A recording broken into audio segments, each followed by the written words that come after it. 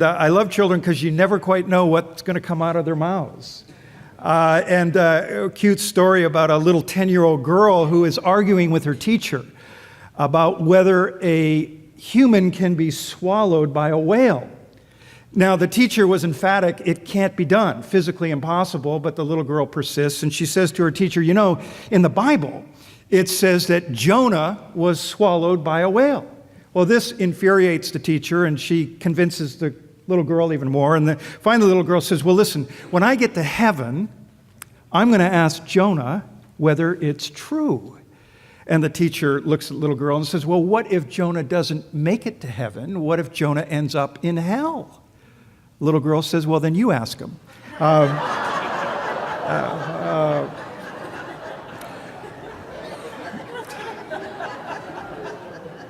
You got to love children. It actually reminds me, children in Wales, it reminds me of, we have a school in one of our ministries. So we have a school and we were doing an art project, and we had the children paint a picture of the Ben Franklin Bridge. Ben Franklin Bridge connects Philadelphia to southern New Jersey over the Delaware River. And so the kids start painting, and Anthony Johnson, 10 years of age, draws this beautiful picture of the bridge, and then in the Delaware, underneath it, he draws a picture of a whale. And our teacher, Ms. Schreifels, comes over and says, Anthony, there are no whales in the Delaware River. 2 weeks later, front page of the Philadelphia Inquirer, whale spotted in Delaware River. So we had a little profit on our hands, and anyway, we have a lot of fun. A significant date, I think, in U.S. history is November 14th, 1961, because on that date, in the city of New Orleans, the federal judge, Skelly Wright, mandated that the 1954 Supreme Court decision, Brown versus Topeka Board of Education, be implemented in that city. It took 7 years for the implementation of that Supreme Court decision. And that decision basically said that no longer could schools be segregated on the basis of race. And so, November 14th, 1961, the first African-American student enrolled at the William Frantz Elementary School in New Orleans. And the response was staggering. All the children were pulled out of the school. All the teachers resigned from the school but one. And so on November 14th, 1961, first grader, 6 years of age, a little girl named Ruby Bridges, walked down that gauntlet of screaming parents and adults, many of them holding Bibles in their hands, yelling profanities at this little girl. That picture was immortalized on the front page of the Saturday Evening Post by Norman Rockwell, surrounded by federal marshals. This little girl inched her way to school.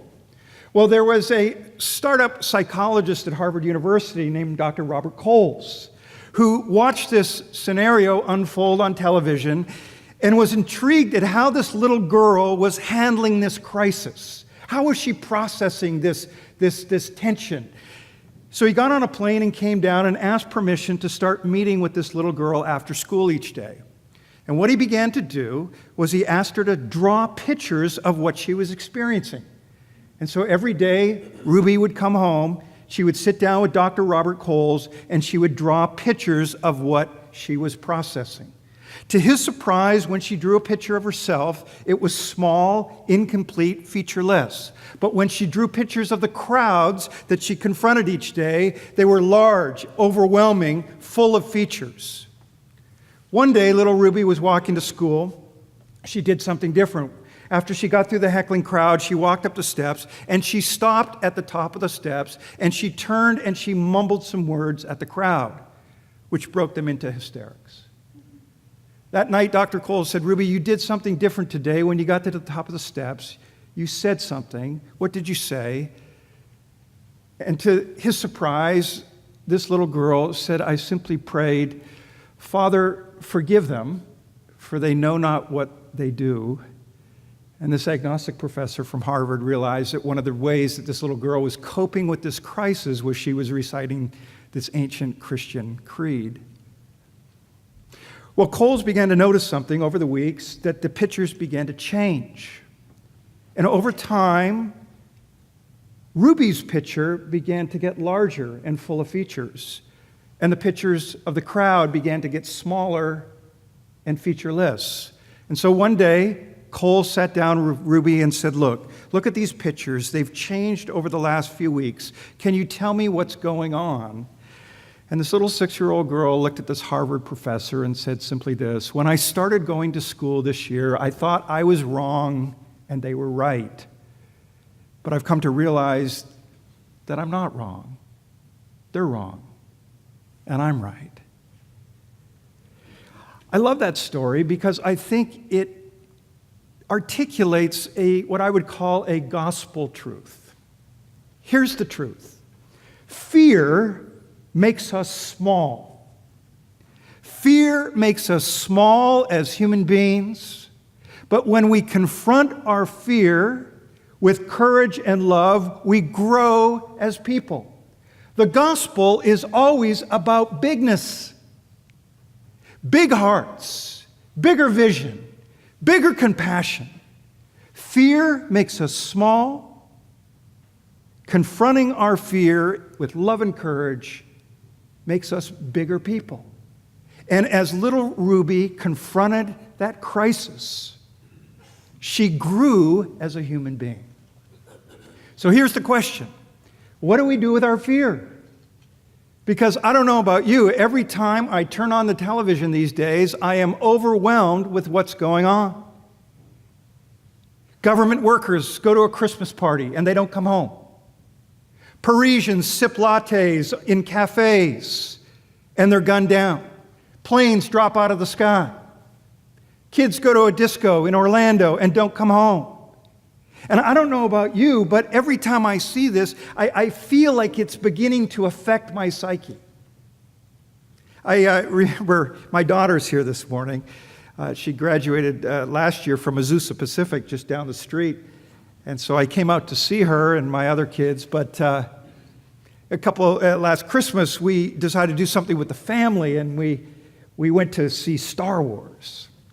You know, our kids are all in their 20s, so when you can actually find something that, you want to do as a family, that's kind of cool. And I was all excited because, I was going to see Han Solo and Princess Leia after 20 years. Been a long time.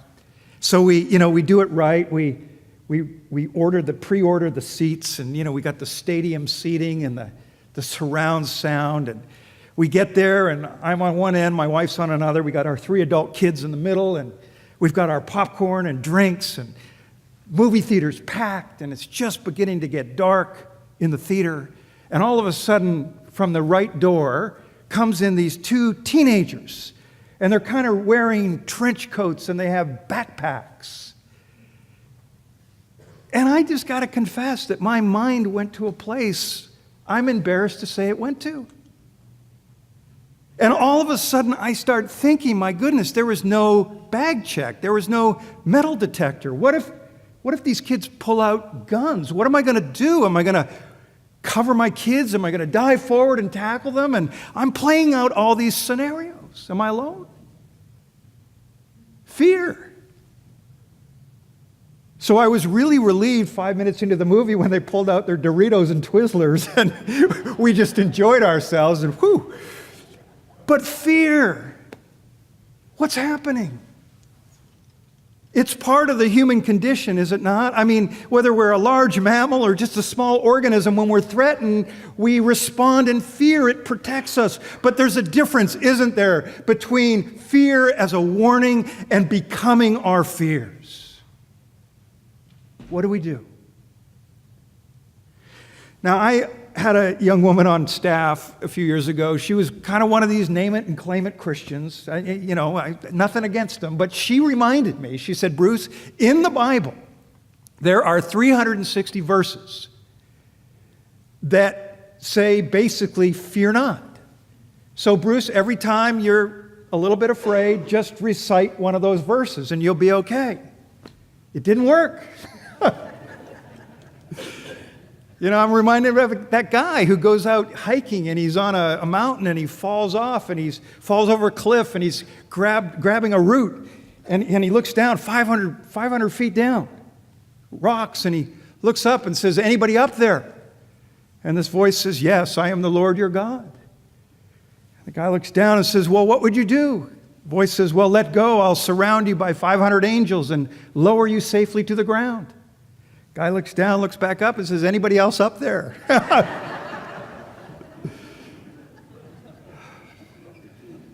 Some of us might feel like that.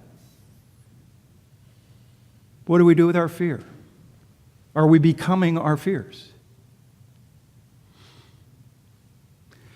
So the late theologian Henry Nouwen wrote a book in the 1980s at the height of the Cold War when fear was running high. It's called Life Signs. Here's what Nouwen writes. He says, fear is like a tyrant. Fear is like a tyrant that possesses us and moves us, forces us to live in the house of fear. Fear is like a tyrant that possesses us and forces us, coerces us to live in the house of fear. And Nouwen goes on to say that the quest that every Christian should be on is asking ourselves, how do we move from dwelling in the house of fear to living in the house of love? How do we move from dwelling in the house of fear to living in the house of love? And Nouwen goes on to say, how do we know which house we're living in? He says, by the questions we ask. He points out this fact. This is interesting. Do you know that in the Gospels, Jesus is asked 183 questions? I didn't know this. Jesus is asked 183 questions. He answers only 3 directly. Because according to Nouwen, Jesus only answers 3 questions because you can't answer questions with love-based solutions that have their roots in the house of fear. So when the disciples say, who will be the greatest? Is that a question from the house of fear or the house of love? Because Nouwen says that any question that has to do with power, privilege, or control is a question that comes from the house of fear. So the disciples say, who will be the greatest? Or they say to Jesus, some of his critics, by whose authority do you heal? House of fear, house of love? Or whose fault is it that this man is blind? Is it his father's or his grandfather's? House of fear, house of love? And when Pontius Pilate asks Jesus, are you king of the Jews? What does Jesus say? He doesn't answer him. He says, who do you say I am? I've come to bear witness to the truth, and whoever seeks the truth will hear my voice. You see, fear never gives birth to love. What we know about fear and fear-based solutions is that they're often simplistic, reductionistic, unimaginative, simple. But love-based solutions are creative, innovative, imaginative. Are we living in the house of fear, or are we dwelling in the house of love? So 30 years ago, when I told people we were going to start a ministry in Camden, New Jersey, the most violent, poorest, dangerous city in America, guess what? I heard a lot from the house of fear. Like, you better get a gun, or you better get a life insurance policy, or I heard, hey, nobody's going to donate and pour money into that cesspool. That's what I heard. A lot of questions from the house of fear. But we didn't listen. And we decided to build a house of love. And we brought rich folk and poor folk together, black folk, white folk, liberals, conservatives. And we started transforming broken down churches into gardens of love. We started mentoring kids, so instead of going to prison, they started going to college. We started alternative high schools and boat building programs. We took kids out into national parks. We began to transform our community because we refused to listen to those living in the house of fear. It's time, my friends, people of God, to put a for sale sign on the house of fear and take up residence in the house of love. Amen? We are the people. That's what it means to take on the mind of Christ. We don't have to dwell in that house anymore. So be wary of those who prey on fear. But here's the thing, not all of you are going to move to Camden, New Jersey and start a ministry. But I think all of us are called to confront fear. I remember hearing a story about the late John Wooden, the great UCLA basketball coach, winningest coach, I think, in history. And I think he won, 10, 13 national championships. But in the 70s, he had a player on his team named Andy Hill. Andy Hill was a highly recruited guard out of high school. But when he got to UCLA, he didn't play that much. Matter of fact, they called him the car starter because the only time he got in the game was when 5,000 people were in the parking lot starting their cars. So when Andy Hill graduated from UCLA, he was angry and bitter at Coach Wooden. And for 20 years, he didn't talk to the man. Andy Hill, some of you know, went on to have a very successful career. I think became president, vice president of CBS, produced shows like Touched by an Angel. One day, Andy was reflecting on his life and his success, and he realized the reason he was successful is because of the things he learned from Coach Wooden. So he called up one of his old teammates to get Wooden's phone number. Got the number, and he called Wooden, and he said he was hoping that Wooden wouldn't pick up.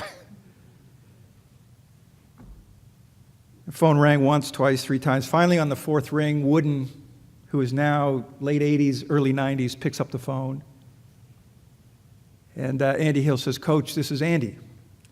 First words out of Wooden's mouth, "What took you so long to call?" Well, they got together for breakfast. They became friends. They actually wrote a book together. One day they were traveling to a speaking engagement, driving in a car Andy was driving, and at one point, 90-year-old Coach Wooden looks at his former player and says, "Andy, I need to tell you something." And Andy said, "Sure, Coach, what is it?"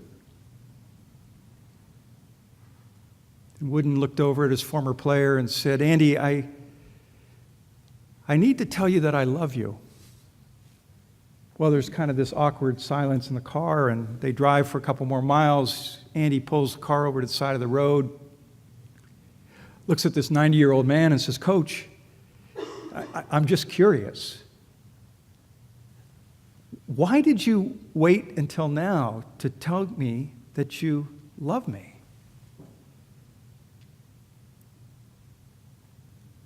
And Wooden paused and then looked at his player and he said, "You know, Andy, I've never been very good at sharing my feelings. Always been a little afraid. It took me this long to get the courage to tell you that." Wow. 90. Still confronting his fear, still wanting to grow as a person. That's what it's about. We're not all called to start ministries in the inner city, but we're all called to become bigger people and confront our fear. Which house do you live in? John says this morning, there is no fear in love. There is no fear in love. Will we confront our fear? I'll close with this. Some of you know that we work in Malawi, Africa. We started a number of schools there, and about 10 years ago, I called one of my buddies in Morristown, New Jersey. I said, "Tom," we're thinking of starting a high school, but we need a little money. Could you help? And he said, "How much do you need?" I said, "Well, I need $5,000. He said, "Okay, I'll help you out." And so we started a little high school in Malawi for kids. First year, we had 24. Second year, 48. Third year, we had 100. Fourth year, we had a couple of hundred. So I'm updating my friend Tom on this, and one day he says, "I need to go see what you're doing. I want to see this." And so he books a flight, flies 24 hours, and lands in Malawi. Gets picked up by the director of the high school, a young man named Peter Gamula. When Peter arrives at the airport, he says to Tom, "Do you mind if we go back into the cargo area? I need to pick up something." And so Tom says, sure, go ahead. And so they drive the car around the back of the airport. He walks in, comes out with a cardboard box. My friend Tom, never been to Africa, said to Peter, what are those? What's in the box? And Peter said, they're sanitary napkins. My friend Tom said, why are you picking up sanitary napkins from the airport? Peter said, well, I don't know whether you know this, Tom, but in Malawi, girls miss between 8 and 10 days of school a month because they don't have sanitary napkins. My friend looked at the box and said, well, how many girls you got in your school? And Peter said, well, we got over 100. And my friend Tom said, well, that's not enough for all the girls. And Peter said, well, each girl gets one for the month. One for the month. So he finishes his trip, he gets back to the U.S., and he calls me, and he says, Bruce, trip was overwhelming in many ways. Don't know what to do, don't know quite how to respond, but there is one thing that I think I can do. I think I can raise some money so that none of your girls will miss a day because they don't have a sanitary napkin. He said, I don't know how my friends are going to respond. Most of them are secular. They don't really believe, but I'm going to send out a letter. I'm going to challenge my fear. And so he sent out a letter, raised $22,000. And now not one girl misses a day of school in our high school for that reason. 400 days of school over a high school career. That's a game changer, is it not? Wouldn't have happened if my friend wouldn't have challenged his fears. Now, and ask us this morning, which house are we dwelling in? House of fear, house of love? Stanley Horwath, the Methodist theologian, said this. He said, the courageous will have fears that cowards will never know. The courageous will have fears that cowards will never know.